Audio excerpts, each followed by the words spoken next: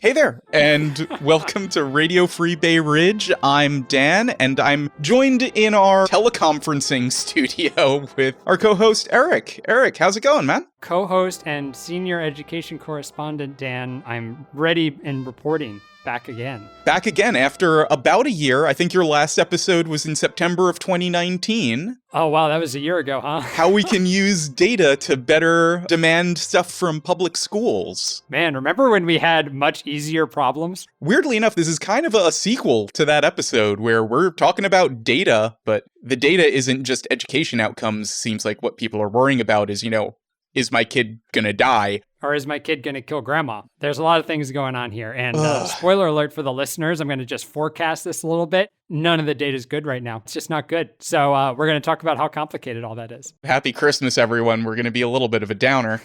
Well, that's not true. I'm nothing if not a disgusting optimist, as our other co-host Rachel Brody would say. Let's try to drive through some of the negatives so we can get to the positive and the actionable items. So, Eric, I want to start off with something everyone already knows. We are in the middle of a very frustrating time, end of fall semester, where it seems like we're flying by the seat of our pants. 2020, a week can feel like a year. Let's get some context on how we got here. Oh, wow. Where do I even start? New York officially shut down in the early 20s of March. The time frame changes depending on who you ask because we think about when we started taking it seriously in quarantining. For some of us, that was a little later than others. But we knew that this was going to start cascading into citywide events. New York paused end of March, early April, right? The priorities back then, at least as far as education was concerned, were we don't know what this is, shut it down. This is like that scene in The West Wing where it's like, things are bad, shut it down. And then it gets dong, dong, dong. You get the musical interlude and it's all intense. Turn it off and turn it back on later. And it's a hard thing now because we've lived in this mental state of following medical science through their discovery of a disease in a way that has never been public at this level before. So we forget that in March and April, and as the school year was ending, everybody was just like, they were wiping down their groceries. Masks weren't even part of the discussion yet. The amount to which we didn't know back in the day of April of this year is astronomical. And we really need to remember that that's where our headspace was. And it's really amazing to me still that people in power and people who had a voice weren't saying, obviously, we will not get through this summer with enough guidance and enough time to adequately protect students in the way that we need to. Let's just call it now. No fall. We'll do it remote and figure it out then. That's what a bunch of other cities did. Yes, absolutely a bunch of other cities did that. Like Chicago, LA. And also, they weren't seeing spikes the way we were back then. No, we had firsthand knowledge as New Yorkers of what this thing could do, and we just couldn't get that in our head, that we would not have a fall. That was our first misstep, is we didn't say we don't know what this is, so let's prepare for the fact that we will continue to not know. Yes, and even if midsummer we knew what we knew now in November, we're recording this in November. By the way, it's like the second day that schools have closed. We still wouldn't have had time to do what we needed to do by the start of the semester. All of this stuff takes ramp up. It takes money and government attention, and we weren't going to have that in time. We just weren't. Who were the people who needed to call that shot? Well, if I knew this answer, Dan, I would be the chancellor of New York City schools, and everything would be great. You heard it here first. Eric is running for school chancellor. Oh, no. Nope, no. I know what Kranza gets paid. That's not enough. It is unclear to everyone, including, I do think, the governor and the mayor himself, who actually calls that shot. What we see is the governor and the mayor fighting about who actually can close the schools. We see it all the time. Even if there was one right person to make a decision, and they made that decision, it wouldn't have mattered if everyone else around them said no. Also, let's say the right person made the call. So many people have to do so much work from April to September that it still could have failed. Let's fast forward a little bit. The economic discussion and the school discussion intertwined heavily to the point where they did indoor dining for the purposes of determining statistical causation at the same time as schools reopening. So when those numbers, and we now know, inevitably ticked up, it was really hard to separate out whether it was schools or businesses. So it's hard to point that finger, although we do have some statistical data, and maybe can touch on this as well, that the schools are doing better than the city average. So do you think it is the schools that are causing that uptick, that opening them was inherently dangerous? Oh, gosh. I'm going to say everyone's least favorite answer when a statistician or a policy person is talking, which is that it was never just one thing. We do have a little bit of numbers now that the age groups of 0 to 19 are starting to tick up more and more. And it's not, you're right, following the city uptick, but it is moving substantially. I want to dispel immediately before I get too into this conversation the idea that anybody has the right answer on this right now. The first two things we're going to put in the show notes. There's a study from Duke that basically was like, kids aren't the spreaders and everything's fine. If you just run your schools right, you're going to be okay. And then there's a study from Princeton came out in the same exact month that said, children are the key to spread, and they are the drivers of super spreader events. These are two really big research powerhouses that are saying opposite things. And the reality is we don't have the information to make that call yet. It's like the election just happened and people are trying to make something out of the exit polls. The exit polls are really wrong this year. So anybody who said anything about the election in the first 2 weeks, like on Twitter, they were just wrong. And that's the thing, like with education in particular, but also public health, which is the intersection that we're sitting in now. Yeah. I know it's frustrating, but you can't say anything about anything in education without years of data. I mean, years. That's what we were talking about in that last episode. Yeah. The idea that schools being open was going to either be the thing that sunk us or be the thing that was okay. It was never going to be that black and white. But the reality is, if there was going to be childhood transmission, it was going to happen in schools. The asymptomatic bits of COVID are making it particularly susceptible here. We're going to go into the fact that as of right now, schools aren't testing at the level that they said they were going to do it. They just aren't. They said there were going to be tests in every school. They said there were going to be nurses in every school to make sure that everyone is testing and they're going to keep their eyes on students and it's going to be locked down. Maybe 20% of that is happening, and I'm being really generous. You see teachers, you talk to teachers, some of them still haven't been contacted for COVID tests. That's absurd. We're 2 months into the school year.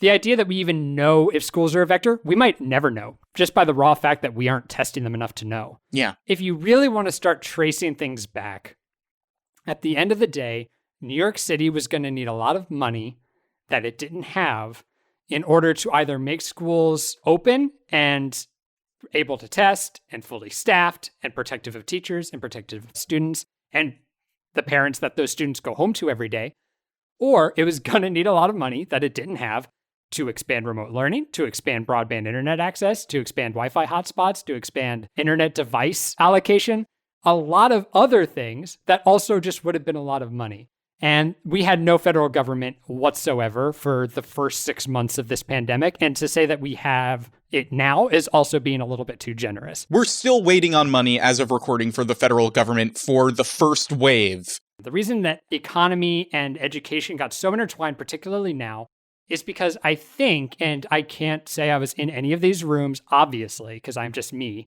there had to have been this knowledge to a certain degree that once they saw federal aid wasn't coming, the New York City economy was entirely dependent on continuing to work so that schools could still get any money at all, right? Mm-hmm. We decided early on, I say we here in air quotes that listeners can't see, that we weren't going to take money from anywhere else to help schools. That's what I'll say. And so that means New York City has to continue to take in money from people who are working in order to fund their schools through taxes because they weren't getting it from the federal government. And if the New York City economy collapses, then there's no money anyway. So why does it matter? So the reason that these things got tied up is because there's not going to be help. So we need to at least get as much taxes as we've been getting to at least stay stable. And this is what you've been saying for years and years and years about how our education system is broken. This is just the thing that tapped it lightly and it shattered. And it is still needs to be said that we are systematically defunding public education every single year. Raw dollars, we're giving them more money, but in terms of what they need to operate and to improve, we're giving them less money every single year. And that has an effect, and we see that effect happening now. So that's how these things get tied together when you start thinking about why we decided or how we decided this. It remains unclear to me, Dan, how Democratic talking points in particular, in April, at the national level and at the local level, Democrats were coming out and we were saying, hey, we have to give people money in order to stop this thing. We have to give them money to stay home. We have to give them money because they're unemployed. We have to give them money to find new jobs. We have to give them money for things that they need so that they don't go outside and continue to spread a virus. We're talking about direct aid.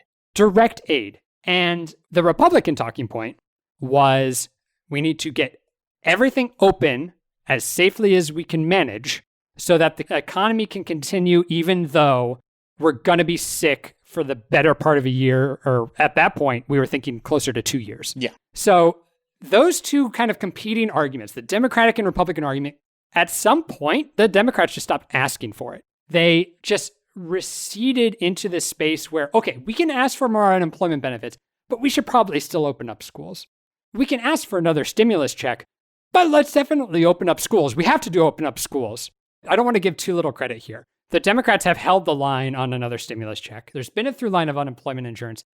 The education argument just dropped off the map, and nobody argued for anything else. And this happens, by the way, with education policy more generally all the Welcome time. to your world, Eric, is what you want to say. Welcome to my world, listeners. This happens all the time because, and I'm saying this with all of the love in the world as now a registered Democrat, that Democrats regularly drop education issues from platforms, from talking points, and we can't even get them to fund schools. And that's not even a policy. Funding schools is an obligation, and we have to fight for it like it's a policy initiative. Yeah. I have some ideas about why that is about education. We don't have time to get into it today, but the reason we so quickly ended up where we were is because the argument for a fully remote school year was just never made.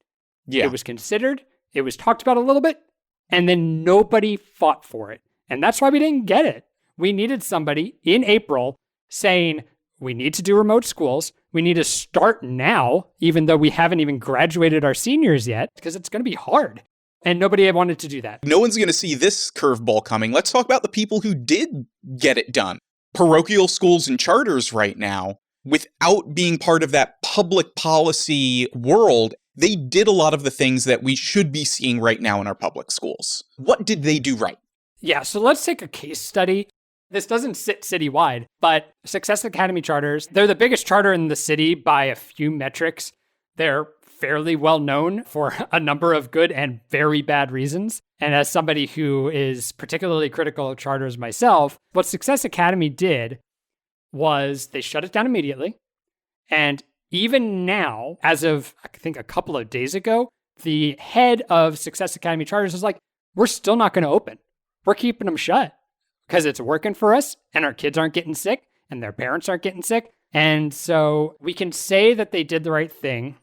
It does ignore the fact that Success Academy charters, again, as a case study, they aren't even 5% of the logistical difficulty that the city would have in doing the same exact thing. They don't have some of the structural inequities that the public school system were required to take on. So Eric, let's talk about some of the things that have always been broken about our public schools, because we had the CDC come out rather early on and say, we need to keep schools open because of these things that students require. The CDC recommendations, I'm glad you brought it up, Dan, because I've gone through them in extensive detail. A number of those bullet points were just absolutely abhorrent to me to read as a citizen. I don't know how else to say it. Their lead issue was the fact that COVID mortality rate in children was lower than adults. So it's okay to reopen. If everyone remembers, that was Betsy DeVos's main thrust. Kids are dying less. Let's open them. And she actually gave a number. I forget if it was in congressional testimony or in an interview, but she gave like a percentage number of what would be like an acceptable number. Of children dying. Of children dying. And I was like, that's about 40-some thousand students nationwide.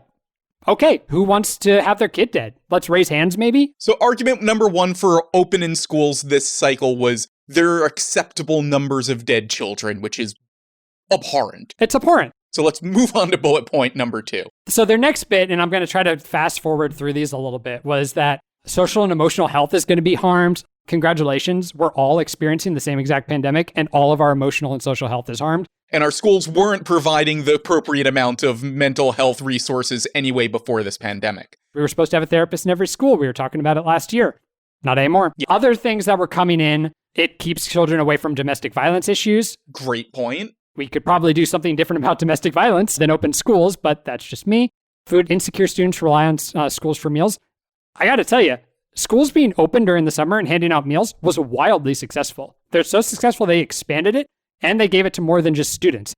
School buildings were immensely helpful in getting people fed this summer, and we brushed that success under the rug and never talked about it again. Especially as we are getting into colder months right now. We just had Thanksgiving, we're coming up on Christmas. The fact that we abandoned schools as a distribution point is insane. I am angry about a lot of things.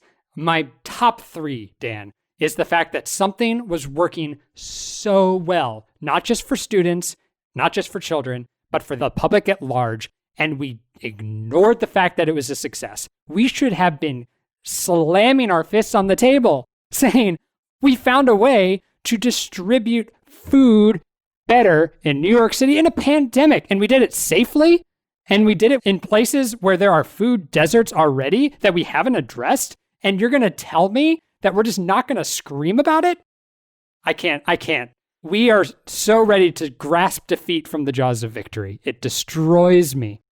So our final bit, the CDC final recommendation as to why we should open schools, and the one that became the public face of this, is because it would lead to, say it with me, everybody, learning loss. Oh. Learning loss, that mystery, nebulous idea of learning loss. And Dan, dear listener, I'm here to tell you that in education research, we know a lot of things and we know nothing. And that's the nature of this sort of thing. Learning loss, to the extent that it exists, is such a complicated structure that the idea that we could be using it for such a simple saying that drives forward our one singular public health decision, I almost don't know where to begin, except I do know where to begin, Dan.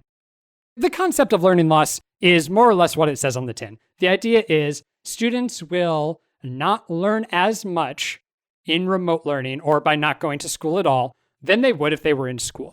I, Eric, what grade are people learning fractions? The 6th grade boy, am not going to learn fractions this year. So when I go into 7th grade next year and the pandemic is over, my future will be affected, right? My future will be negatively affected. Yeah. So we have to open schools or there will be this huge knock-on effect. It's a powerful image because it assumes a future in which 20 years from now, we're going to experience some kind of economic dip and we'll all be able to say, that's the learning loss from COVID. It happened 20 years later. It's a powerful idea.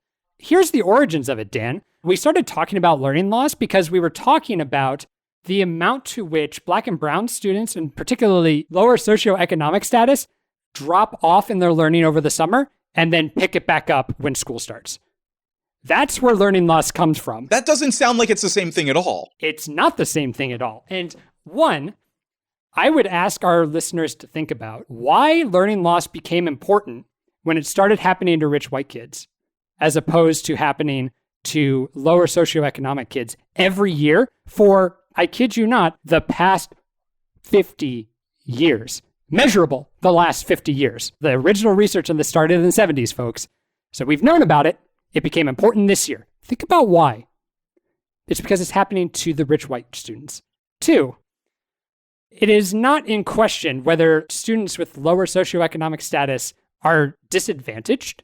Mm-hmm. It is starting to become into question whether summer is the exacerbator of that. The main chunk of data on learning loss is something called the Beginning School Study. It was done in Baltimore, lasted from 82 to 2002 or 2007, I forget which. All of this data rests on our assessment being good, which is, again, still very debatable. Go back to our old episode. We'll talk about assessments. Go back to our old episodes. We talk all about it.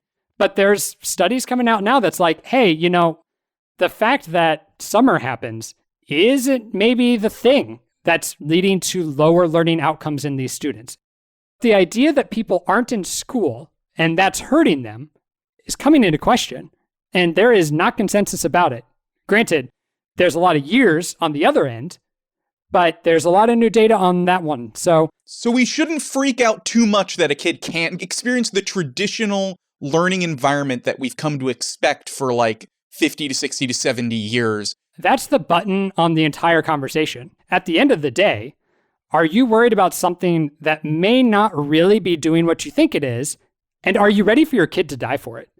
Do you want to increase the death toll for something that might not exist and for something that, by and large, can just be made up? Yeah. We can decide collectively as a country to be okay with the fact that we lost a bit of school time. That's something that we could do. It happened over 100 years ago, but we've been through something like this before in our education system, and that's the 1918 influenza. We did a little bit of New York Times digging. It was fun. It was pretty fun. We were looking at the New York Times specifically around October, November, like kind of the same time frame that we're in now, and basically looked at how the schools responded and the city responded, as a matter of fact, to the outbreak of the 1918 flu.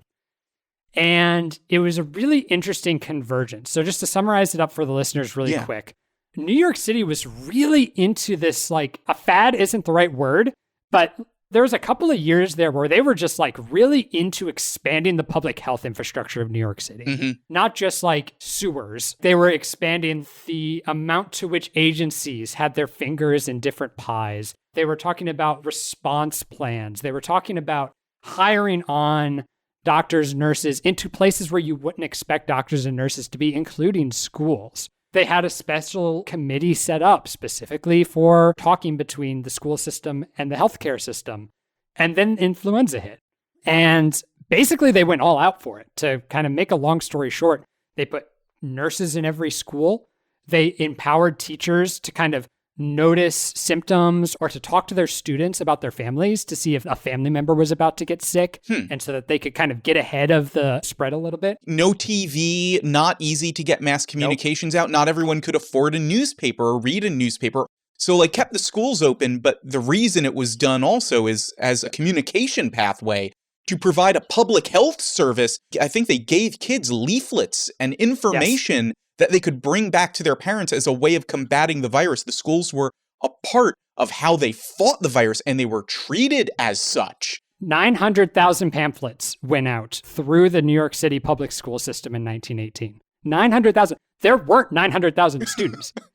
I read those articles as they didn't just give them the pamphlets, like you said. They told the children about this information so that they could go tell it verbally to their parents. The other thing is that a lot of those people who were in a lower socioeconomic status were living in tenement housing, which had multiple people crowded into the same area, poor sanitation, poor air circulation. A lot of our school buildings that we look at today in Bay Ridge were built around the time of the 1918 influenza pandemic.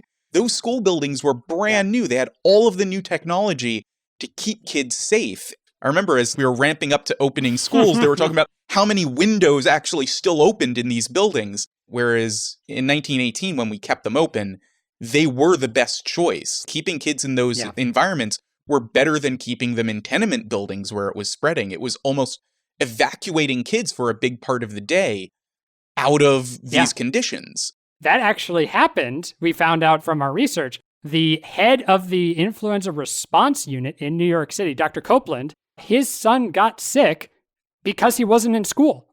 He directly made the connection of my son was out on the streets of New York doing kid things, and he got sick when he should have been in school. And despite all of those extremely effective and better health measures than we had this time around, over 1,000 teachers still got sick. Yeah. The best case scenario that New York put together, and over 1,000 teachers still got sick with the flu. Yeah, and let's not say just the flu. Early on in the summer, you heard people talk about open air schools. I heard a lot of people say, oh, how come we can't just have open air schools? Kind of like how we had outdoor dining. We did that in 1918. We had outdoor schools, and you can see these kids bundled up. A lot of kids died from pneumonia because guess what? It's cold in the winter. We kept them out in like sub-zero temperatures, and they died. So we're at the nadir of this conversation. Let's get to the positive, because we want to wrap up our last 10, 15 minutes really talking about what we can do better and what we can demand, because we're going to see this again. Coronavirus is not the only time that something like this is going to happen. And I totally understand parents who are saying, I do want these schools open because I have to go to work. In my family, we have a situation where so much of our lives revolve around when my niece is able to go to school or not. And we relish the days that she does get to go, even though we know it is dangerous. I am so resistant to individualistic shaming at this point. Parents, teachers, everyone got just the worst of this. They were given no options. They were given information that was just wrong from people they were supposed to be able to trust. And then they were just left alone, as if like they were supposed to deal with the aftermath themselves. And there's a lot of things that I am ready to kind of take to task with the separation between parent and teacher decision-making and policy and education decision-making. But no parent asked for any of this. And there was just nothing good about it. I just want to have that said in this thing because I feel the weight of it, even though I'm myself not a parent. I got a lot of weight on my shoulders about it. Anyway, so what can we do next time? Dan, let me tell you, man, it would be great if the internet was a public utility, Dan. This is the broad, easy demand thinking that we come to expect from Radio Free Bay Ridge. Sudden pivot into a totally different policy discussion. Well, here's the deal. Education, of all the policies you can think of, education touches all of them. One of the things we get wrong in education policy is the fact that it's just curricular reform and paying teachers more. Holy crap, no, it's not. One of the reasons in April why the imaginary circular desk of decision makers was kind of looking at the fall and saying, no, we can't do remote, is because 10% of all New York City public school students are homeless. 10%? Yeah, well, I mean, 70% of them are under the poverty line, so 10% of those are homeless. So that all affects internet access. In New York City, we have this classic drug lord arrangement between Spectrum and Fios and Optimum, kind of, where they all stay off each other's turf, and everyone's got one option, and none of it's broadband, and none of it's public access. And by the way, Spectrum workers are still on strike. And all of this stuff has prevented a large number of public school students from having access to the internet. Like, we could hand out iPads to every public school student. It would be hard. And as a matter of fact, I don't think they wanted to do that either. But we could have done it. But where are they getting the Wi-Fi? Where are they logging on? And that affects teachers as well. Like the number of times teachers running a classroom with bad Wi-Fi. Okay. Let's just say that everyone should understand this. You're listening to a podcast. You're probably somewhat technologically savvy. You get it. Internet is a public utility. Fix number one. We could have had that way earlier than this, and we would have been ready. And I want to say how, because one that I still like and nobody has pushed me back on yet is, say we decide to close down public schools. New York City has a fleet of buses that they're just not going to be using. Mm-hmm. Guess who also was really struggling in the early days of that pandemic? Car rental services. Car rental services that had 12-person white passenger seater vans that were going to be empty. Put an internet tech in there and you put a Wi-Fi hotspot in there and you drive them throughout the city and you solve a lot of issues.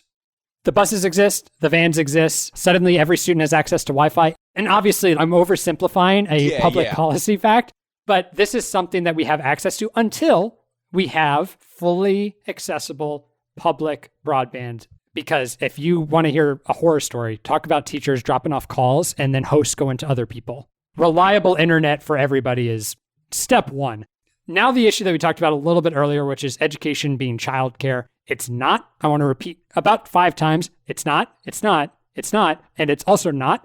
But for CUNY, there were about 2,800 layoffs in the first month or so of COVID. It's since ballooned. And a quick way to get them employed is to start setting up ways for them to take care of children during a pandemic while their parents go back to work. Yeah, you're describing a public citywide learning bridges initiative. Learning bridges were how a lot of private sector places like tutoring centers were set up socially distanced and chaperoned as learning environments for students to take their remote classes with Wi-Fi and lunch spaces and all of that. And kids can go. And again, if their parents needed to drop them off during the workday, or critically didn't have an environment at home that was conducive to remote classes, we could easily allocate public space for that. Libraries, government buildings that were shut down, even private businesses like gyms. Who knows, it could be a way to help red zone businesses. We could even have shut down high schools. Since high school age kids aren't as big a burden to a working family, in terms of childcare and repurpose that space for elementary students who needed learning bridge spaces. Speaking of high schools, if you think 3,000 laid off adjuncts from CUNY aren't enough to take care of all the children in New York, 11,000 high school seniors graduated during the pandemic and they're not going to college. So I think they're probably going to want to get a paycheck. I could think of a few things that they could do. And people have pointed this out, and it's very valid. There are students who actually do just need to be taught in person. These are students with special needs or students with IEPs, individualized education programs. I don't mean that they're upset about remote learning. I mean, they shut down in remote learning, or they actually need a teacher in front of them. The fact that we wanted to open schools up for everybody disadvantages those students. Schools could have been open just for them, and everyone else is like, hey, they need it more than my kids need it. It can't be understated. It didn't make it into the public sphere. It just didn't. Because we decided we were going to open it for everybody. That would have been easily the first and best answer to how to deal with this. And I want to bring in now the epidemiologist I talked to. Basically, I was like, hey, am I being gaslit online every day for saying schools should have been closed? And everybody yelling at me that they shouldn't? She said, no, the way to open schools would be to close everything else. That's how we could have opened schools. We're going to know so much more about COVID in 5 years than we know right now. Mm-hmm. But one of the things we do know right now is that if schools aren't going to be the spreader events, making sure teachers have PPE and making sure students are being tested not at a 15% level, but 100% level, but your parents went to brunch, the kids are still going to get sick. So I think we have two scenarios, and keep it to two scenarios. We're going to open schools up, or we're going to close schools down. Mm-hmm. And then figure out how we're going to do each of those and be ready to ramp them up, right? Yeah. If we're going to close schools down, what's our Wi-Fi situation? Assess it at the moment. How can we get it better? If we're going to keep schools open, have we put a nurse in every school yet?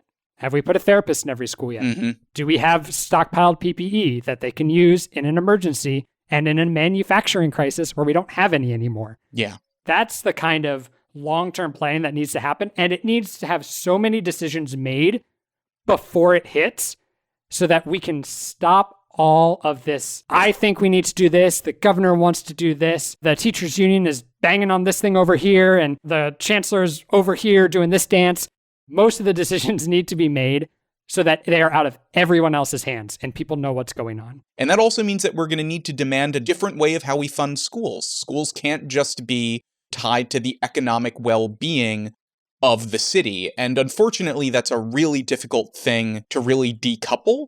But we really need to start taking a really hard look at the basis of our economic system, because as long as it functions this way, hospitals had to bid over PPE that was in limited supply. So like New York State would bid against Ohio or California for basic protections, and it went to the highest bidder.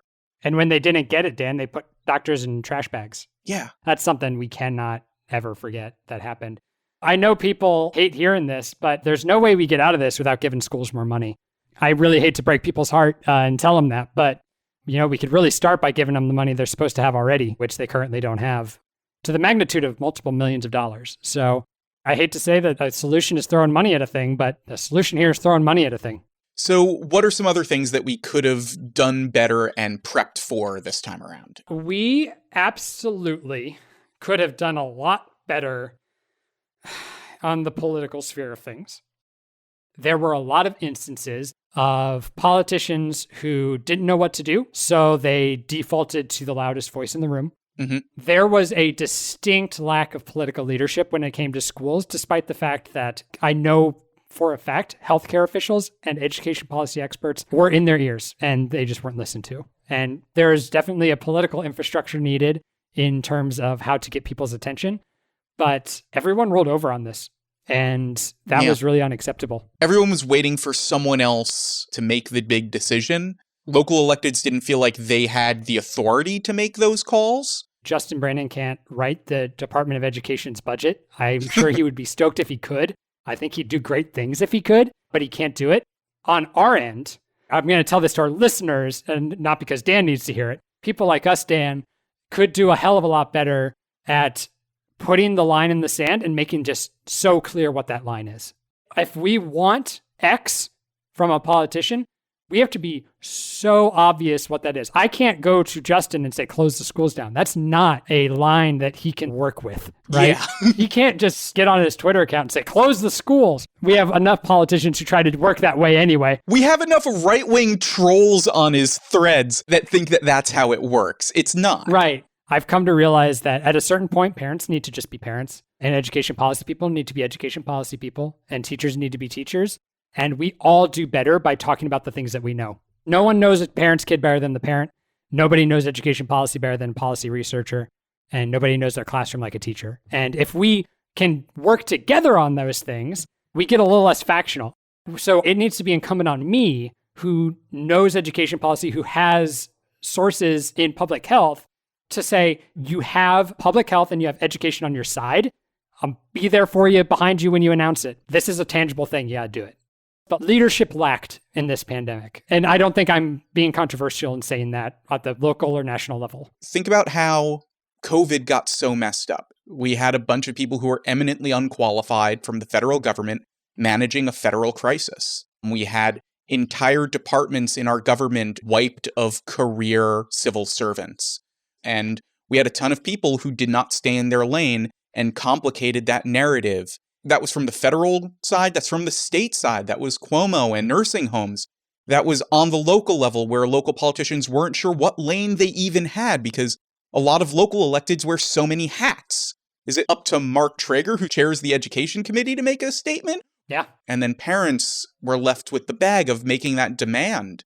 And all of their demands kind of differed. And one of the reasons they differed is because people just lied to them. Yeah. I don't want to let this thing end without being told that parents, you were lied to in a lot of different ways. Politicians were lied to. And as a parent, you hear your kid's going to be irreparably harmed in their educational journey for the rest of their life. Yeah. How does that not scare you? Of course it does. But it's a lie. There are people that you can blame, and I'm sure many of us already blame people coming into this episode. This is a natural disaster playing out in slow motion. And the best thing we can do as people, as neighbors, is think about what happens next. Taking care of each other in the immediate aftermath, and planning for systemic change for the next time this happens. All the things we talked about and more, those are going to improve education whether a disaster happens or not. Yeah. So thank you for sitting through what might have been a hair-pulling episode, because I think a lot of you guys really are pretty close to this issue. I know we all are. Mm-hmm. Everybody cares about kids. I feel like we always end education episodes saying, like, everybody cares about children and whether they do well and learn. So I hope that you can see a little bit of light at the end of this tunnel. Eric, thanks so much for coming on. And so, listeners, until next time. Stay free, Bay Ridge.